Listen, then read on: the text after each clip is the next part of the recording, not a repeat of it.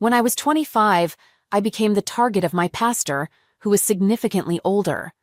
He's even older than my father. He was supposed to be my spiritual guide, but he used the information I shared during a therapy session against me. I married my husband at a very young age, before turning 18. We had a strong relationship, and now he's 29 years old. We've faced many challenges together, and I deeply love him. However, I began to feel that he was increasingly focused on his work and emotionally distant. Before making any judgments, let me provide some context to help you understand how this affair unfolded. I was 17 when I married my husband, and he was 21. My parents vehemently opposed our marriage. First, they believed I was too young for him, and then they argued that I hadn't even finished high school. They had set up a college fund for me when I was just 5 years old, with plans for me to attend college. However, in my youthful defiance, I believed I knew better. At that tender age, like many rebellious teenagers of the time, I ran away from home to marry my now husband. At the time, he was part of a boy band.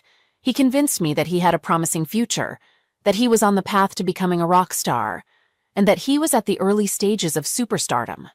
They would go on tours, and in my teenage mind, having 300 to 500 people show up seemed incredibly impressive.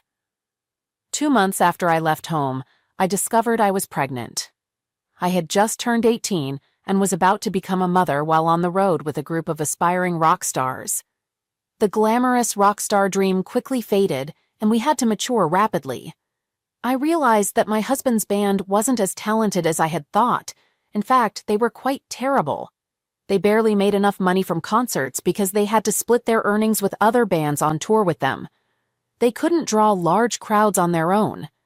Eventually, the band disbanded because pursuing music wasn't generating enough income to support a decent living. As I mentioned earlier, we had to mature quickly and face financial struggles. We resorted to panhandling and hitchhiking until we welcomed our second child. It became evident to my husband that he needed stable employment, and we needed to find a permanent place to settle down since all the constant traveling wasn't suitable for our children. During this time, I didn't have a good relationship with my parents. Although my parents would have been willing to help, especially for the sake of their grandchildren, I was too proud to seek their assistance. Additionally, their help often came with strict conditions.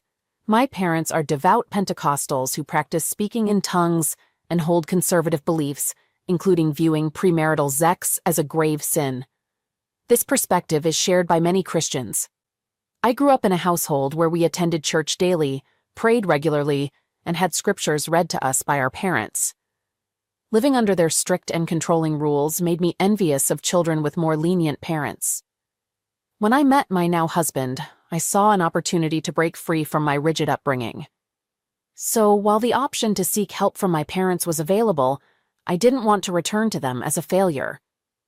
I wanted to avoid being seen as the prodigal daughter and didn't want them to think they had been right all along. On the other hand, my husband had a different upbringing.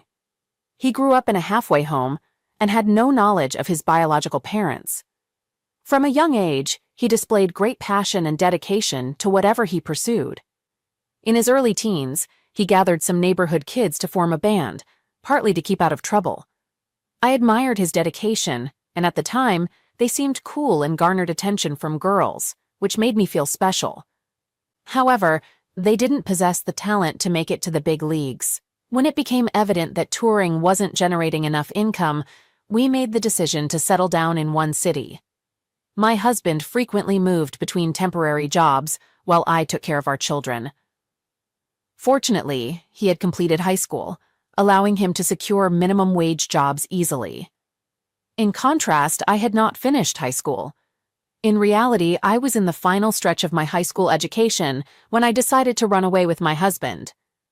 At that point, I lacked any marketable skills, which made me deeply regret not completing high school or pursuing a college education, especially because I had been an excellent student during my time in school.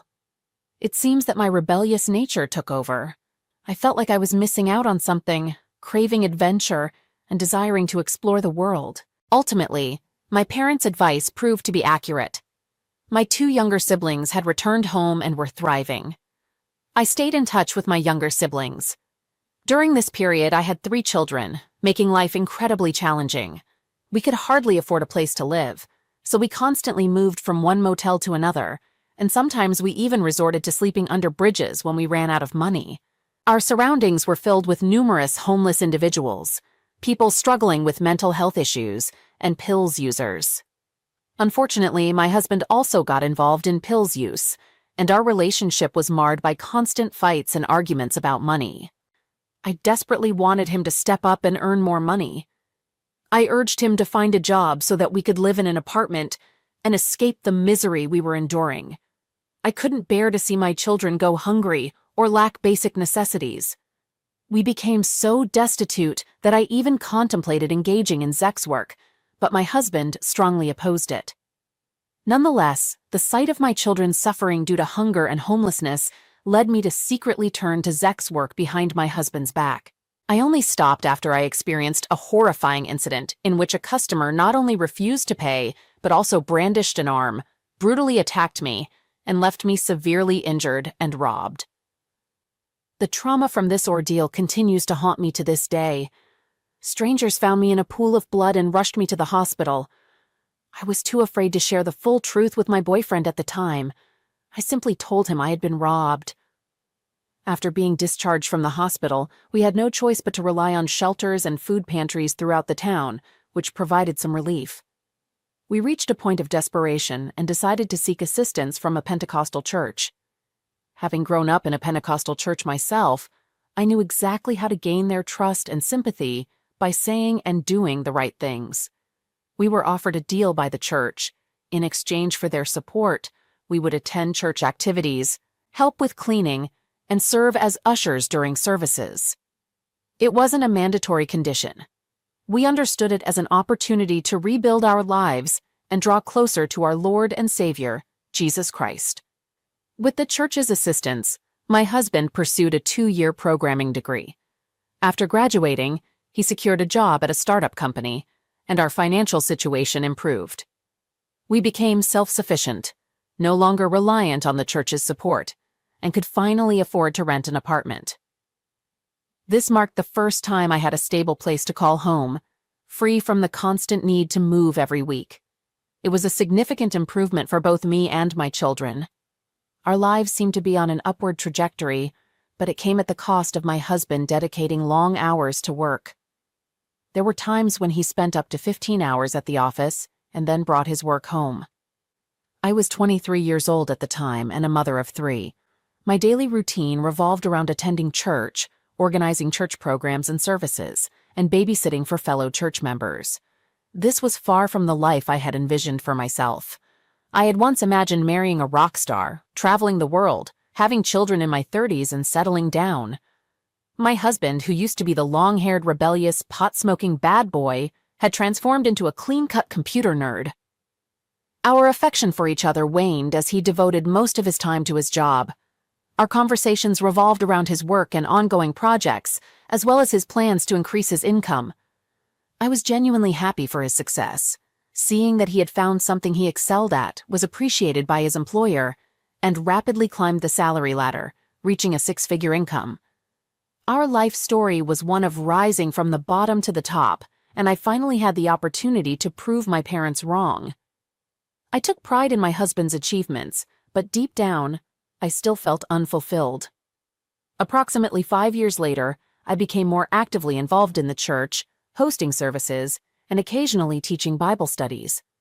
To supplement our income, I decided to open a daycare business on the side. This was partly to keep myself occupied because my husband's income had grown significantly. With more money came more work commitments, which left him little time for anything else. He became completely engrossed in his job, and I started to feel increasingly alone. Our relationship felt more like that of roommates, and there were periods when we went without intimacy for weeks. Initially, I suspected he might be cheating or leading a double life, but I soon realized that wasn't the case. Fast forward to when I was 26 years old.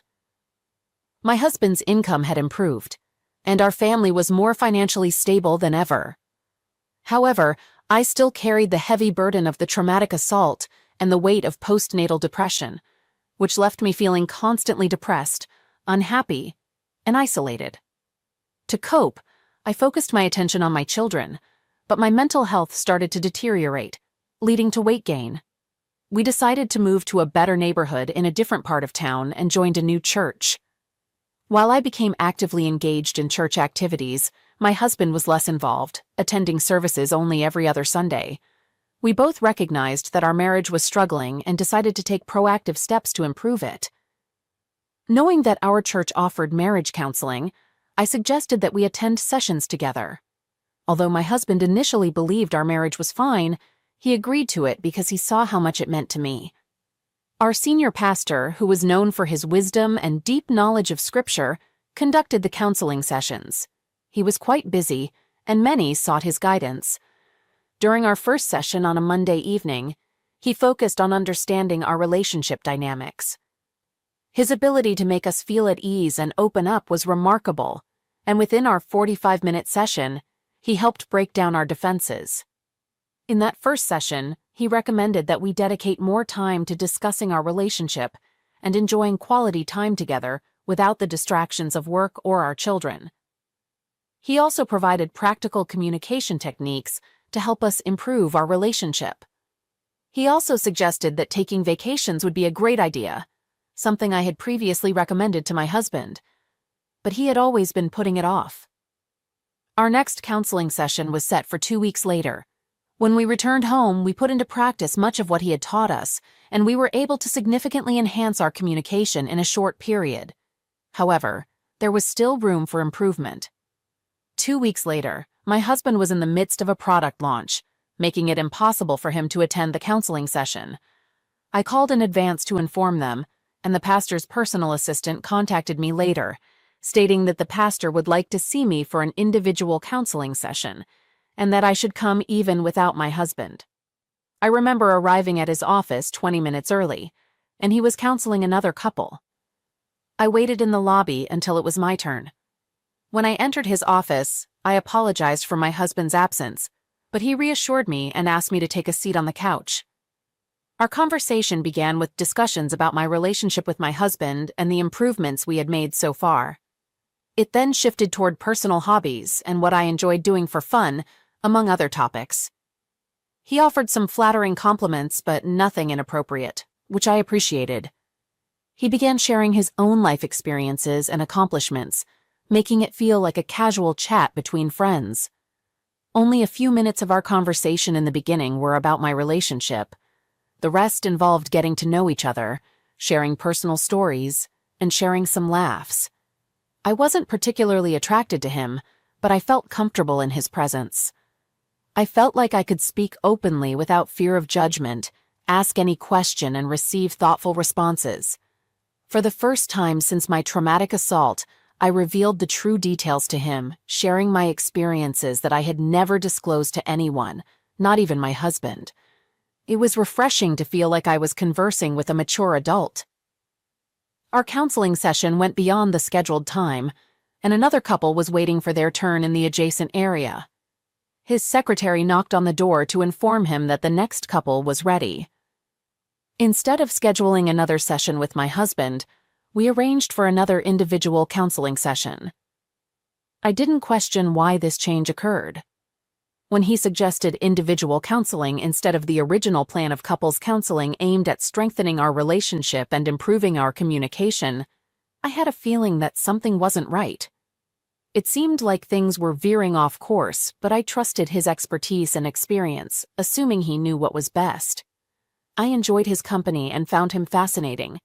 When I got home, my husband was a bit surprised that we didn't cancel the session. I explained that the pastor believed there were things I needed to work through. I knew this wasn't entirely true, but my husband was relieved he didn't have to attend. Maybe it was because I had initially pushed for counseling, and he was just trying to appease me. Although the pastor had been at the church since I started attending, I had never really noticed or viewed him differently before our marriage counseling sessions. The next session was scheduled for the following week, which raised my suspicions since counseling was typically held bi-weekly due to his busy schedule. Even his personal assistant mentioned in passing that weekly counseling was rare and I must be fortunate. I took it as a sign that my situation must be quite serious. I wasn't sure how to react, but I smiled, feeling grateful that someone cared enough to dedicate their time to me. On the Sunday before the individual counseling, the pastor delivered a sermon.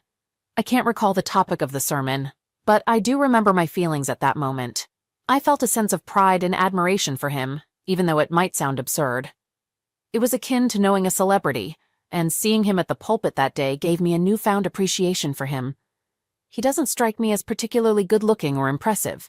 He was in his mid-50s with gray hair, physically fit, standing at about 5 feet 8 inches. Not as striking as my husband, who's 6 feet 1 inch, but he had a knack for dressing impeccably. All his outfits were crisp and meticulously ironed, with great attention to detail. I had heard several sermons from this pastor before, but that Sunday he seemed more charismatic than I remembered. While I wouldn't go so far as to compare him to a rock star on the altar, it came close. I started to understand why people thought so highly of him. Perhaps that's why the secretary mentioned that I was fortunate to have an individual counseling session with him scheduled so soon. I felt lucky to have another opportunity to see him. I couldn't explain why I felt this way. Naively, I believed he had a fatherly affection for me, and I had little control over my emotions. I thought that maybe my feelings were a result of never appearing vulnerable to another man aside from my husband. I had shared my darkest trauma with him, something I couldn't bring myself to do with my husband. The day before the individual counseling, I felt anxious and apprehensive. I entertained the idea that maybe I had a secret crush on him, which was embarrassing. He might not feel the same way, and I might be misinterpreting everything. Furthermore, we were both married, which alone felt like a sin. I knew I should put a stop to it before it went any further, but a part of me wanted to explore these feelings. I convinced myself it was just a passing infatuation that would fade as I got to know him better. On the day of the counseling, which I believe was a Monday, I was so nervous that I considered canceling. However, I mustered enough courage to attend despite my anxiety. Similar to the previous session, this session consisted of a casual conversation about our lives, but this time we avoided any mention of my husband. I sat across from him, creating an atmosphere reminiscent of a therapy session. The next 2 sessions followed a similar pattern, with us growing increasingly comfortable with each other. When my husband asked about the sessions, I would tell him they were going well. I was feeling positive about my marriage at that point, believing I had found an outlet. I treated my husband better, refrained from nagging as he had complained about, and our fights became less frequent. It was like I had found another avenue to explore what was missing in my relationship. The next session was scheduled for the late evening, around 8 p.m., after the evening service. I found the timing unusual because it didn't align with our typical counseling days, and the front office secretary was absent. However, I felt so comfortable that I didn't mind. I thought I might be coming down with a cold, so I wore a turtleneck sweater. Upon entering his office, he noticed that I appeared chilly. He seized the opportunity to sit closer to me and inquired about how I was feeling. I mentioned that I felt like my temperature might be rising. He moved closer, and I could sense his presence. Then he gently placed the back of his hand on my neck to check my temperature. I felt a shiver when he touched my cheek, which startled me. He quickly withdrew his hand from the side of my neck and commented that my temperature seemed normal. Since I was convinced my temperature was rising, I took his hand and pressed it against the same spot to convince him otherwise. By this point, we were very close, and the tension was palpable. Before I could say anything, he leaned in and attempted to kiss me on the lips. In response, I turned my face away, exposing the side of my neck. He began kissing my neck and then moved down to my cleavage. I was so shocked and frozen that I didn't react. I just let him continue. I remained motionless as he lifted his head and attempted to kiss me. I resisted a bit, but we continued, and he began touching me for what felt like an eternity. I wanted it to be over, so I allowed him to do as he pleased. He reached down, trying to use his fingers, but I resisted. He also tried to unbutton my clothing, but I wouldn't let him, so we just kissed. Eventually, I began to pull away slowly. My senses were returning, and a growing sense of guilt washed over me. I felt like things had escalated too quickly. With my face turned down, I pushed him away slightly and told him we couldn't continue. I stood up from the couch without looking back and left his office.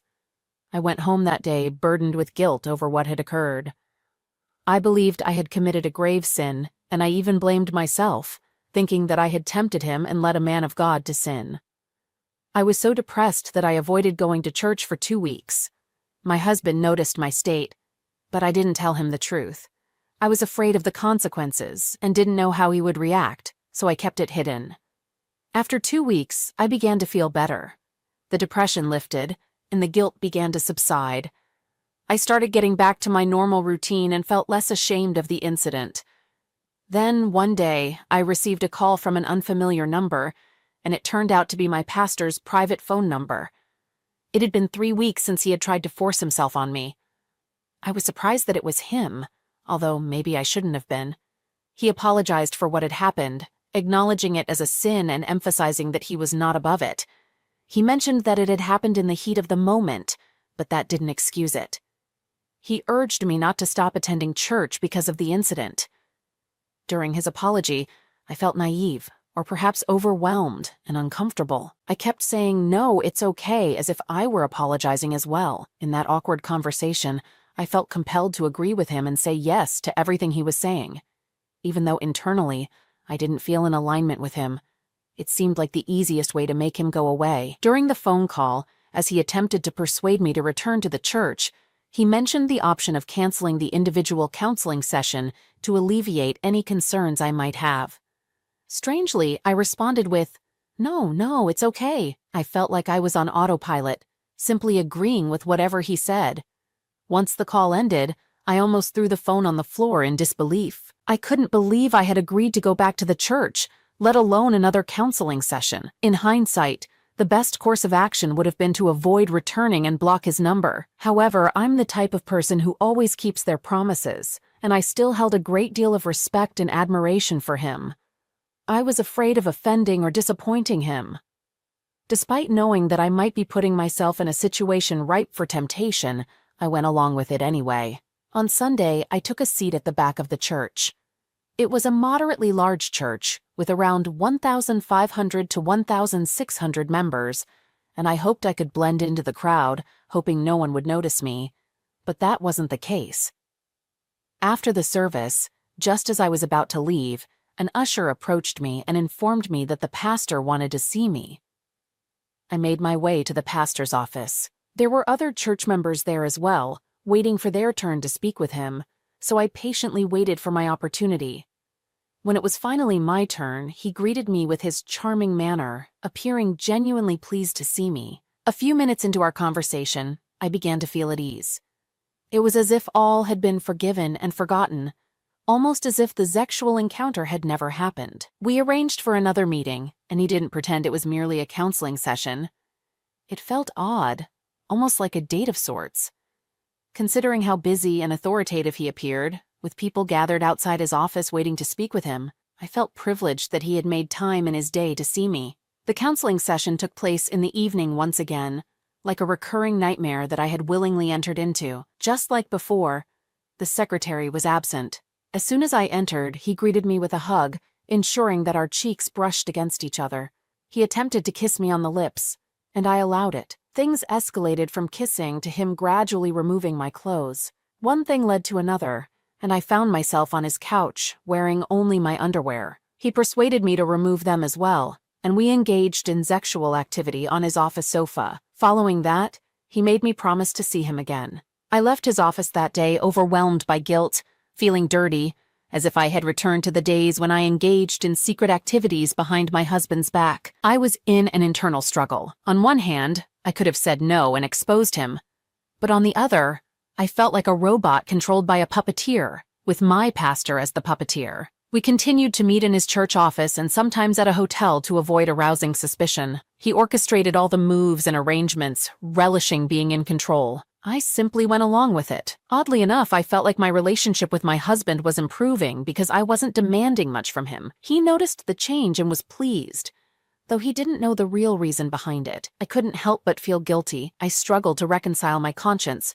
attempting to justify my relationship with my pastor while remaining a devout believer. It became increasingly challenging when my spiritual leader was the one pushing me to sin. He continued to preach against the very things we were doing after the church service. It impacts me deeply, especially when I see his wife by his side, along with his 2 kids who are older than me. He continues to comfortably preach every Sunday and Wednesday in front of his faithful congregation. At that time, a part of me felt like he was a fraud and a skilled manipulator, but I was still entangled in the affair. By this point, the affair had been ongoing for about 4 months. He introduced me to various erotic experiences, some of which were unconventional and provocative. I'm not someone who watches X content or derives pleasure from observing others engage in intimate interaction, so my knowledge of intimate positions was limited to the basic styles. My husband had attempted to encourage me to explore new things in the bedroom, but I hadn't always been receptive due to the trauma from our past when we were homeless. However, I had engaged in activities with the pastor that my husband had desired, but I had declined. This made me feel even guiltier. And strangely, I began to feel like I was cheating on the pastor with my husband. My affair exposed the extent of the dullness in my sexual relationship with my husband. Regrettably, I felt dominated by the pastor, even though I knew deep down that he was using me. I felt guilty for trying new things with a man I didn't love and had no intention of being with, while neglecting my husband's desires. It haunted me to the point where I forced myself to start exploring new experiences with my husband after years of rejecting his advances. What I came to realize during my time with the pastor was that I had been selfish in our intimate moments, placing blame on him for my past trauma, our previous homelessness, and unconsciously holding these issues over his head. Intimacy with him was solely for my pleasure, and I didn't consider his needs much. I couldn't allow myself to truly enjoy intimacy with him after my assault. However, once I began the affair with the pastor, guilt crept in, and I consciously decided to spice things up with my husband. I wanted to try some of the adventurous acts I had engaged in with the pastor to alleviate the guilt of the affair.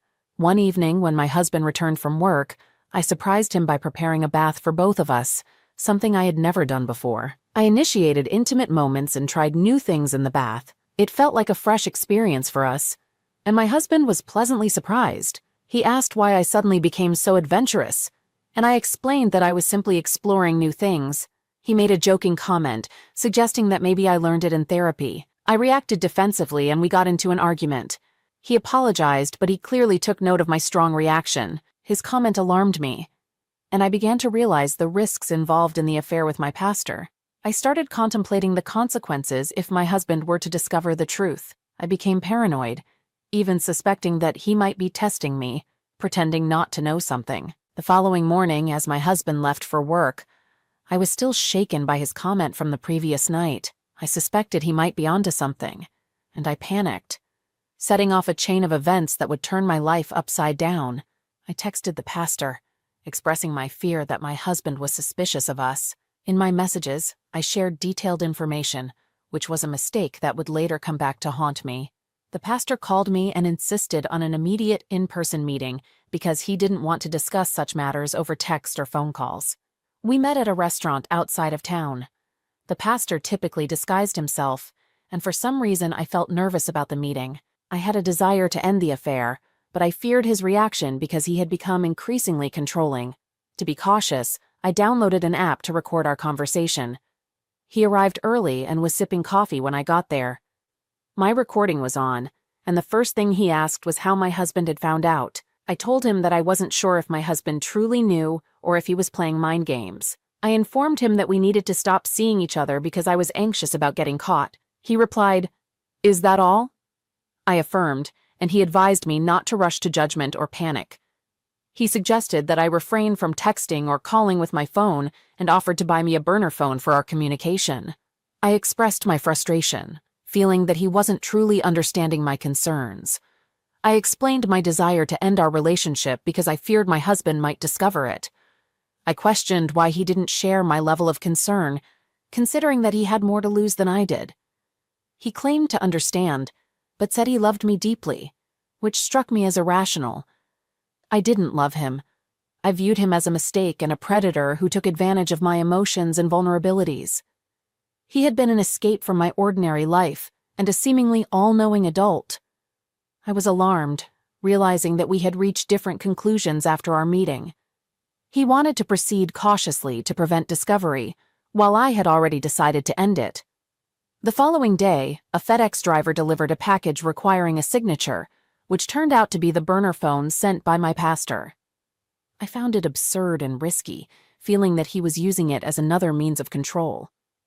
I initially considered throwing the phone away but changed my mind at the last moment.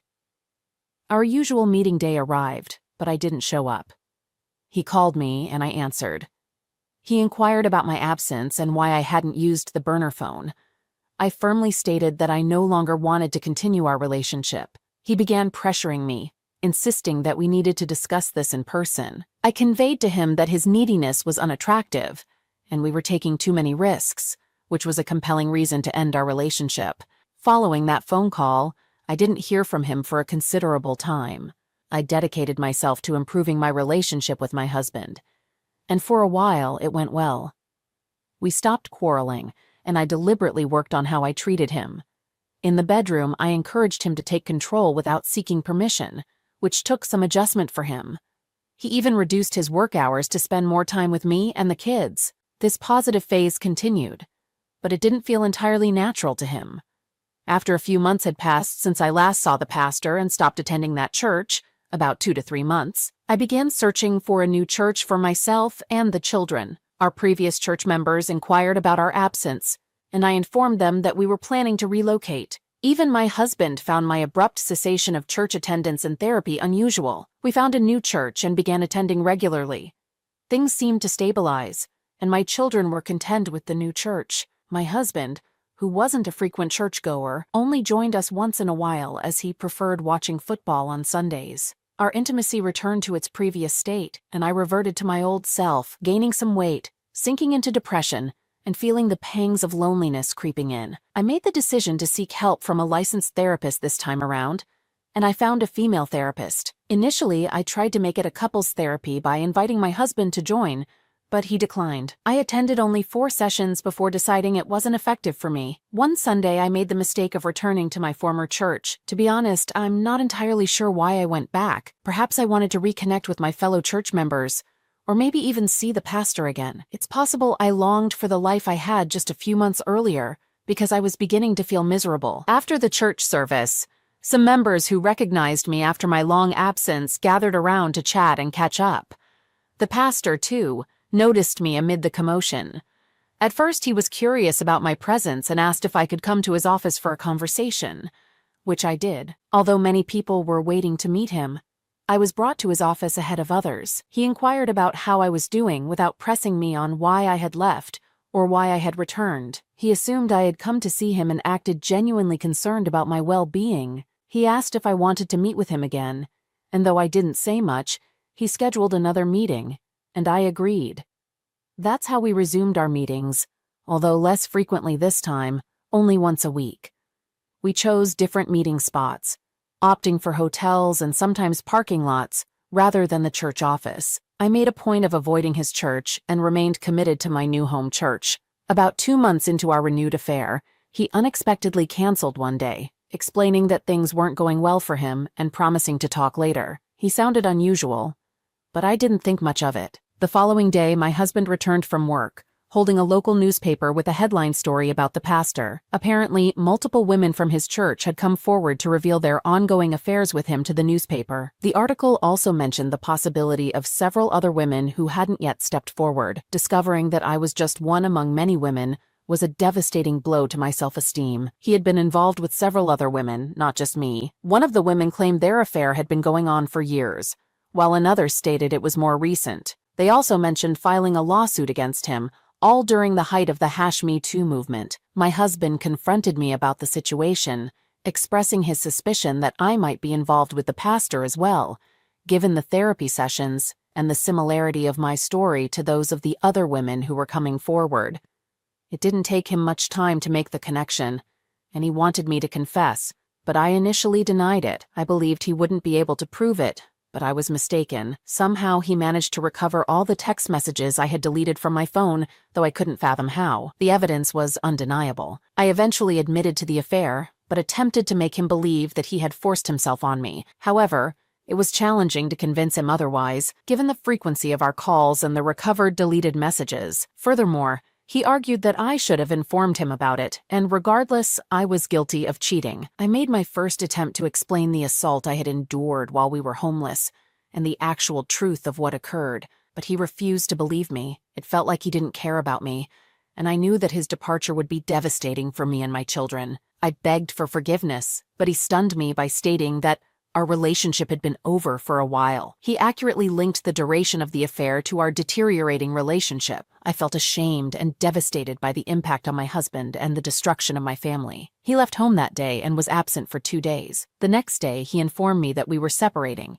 and advised me to hire a lawyer. My husband earned a significant income, while I was unemployed at the time. According to the separation agreement, I would have primary custody of the children, receive some alimony, and he allowed me to keep the family home for the sake of our kids. I deeply regret my actions, and I truly wish my husband could understand that I was manipulated by a predator. It was never my intention to engage in an affair with that awful man. What's most painful is that this pastor behaved like a despicable person and exploited multiple vulnerable women who sought his help. He used me for his own desires, just as he did with those other women. It's impossible to know how many women he took advantage of, both within the church and elsewhere. I'd like to believe I was a victim because he manipulated me, leading to the loss of the love of my life and the separation of my family. My anger escalated when I found out that he faced minimal consequences. Sadly, the court dismissed the case brought against him by those women, as it was considered consensual. To make matters worse, he openly admitted to the affairs and confessed his sins in front of the congregation. The church elders placed him and his wife on a 120-day paid leave and mandated them to attend marriage counseling twice a week. He will eventually return as the lead pastor after the suspension. The young women involved were not publicly identified, but most members knew who they were. They were not offered counseling and permanently left the church. It appears they were unfairly blamed. Since I no longer attend the church, I'm unsure if they were aware that he preyed on me as well. However, I spoke to a friend who still goes to the church, and she provided me with all the details. I strongly believe that this pastor deserves a special place in hell for what he did to me. Most importantly, it has deeply affected my faith. I'm currently separated from my husband, and the divorce is pending. I still hope he will reconsider and that we can reconcile, as we've overcome even worse challenges together.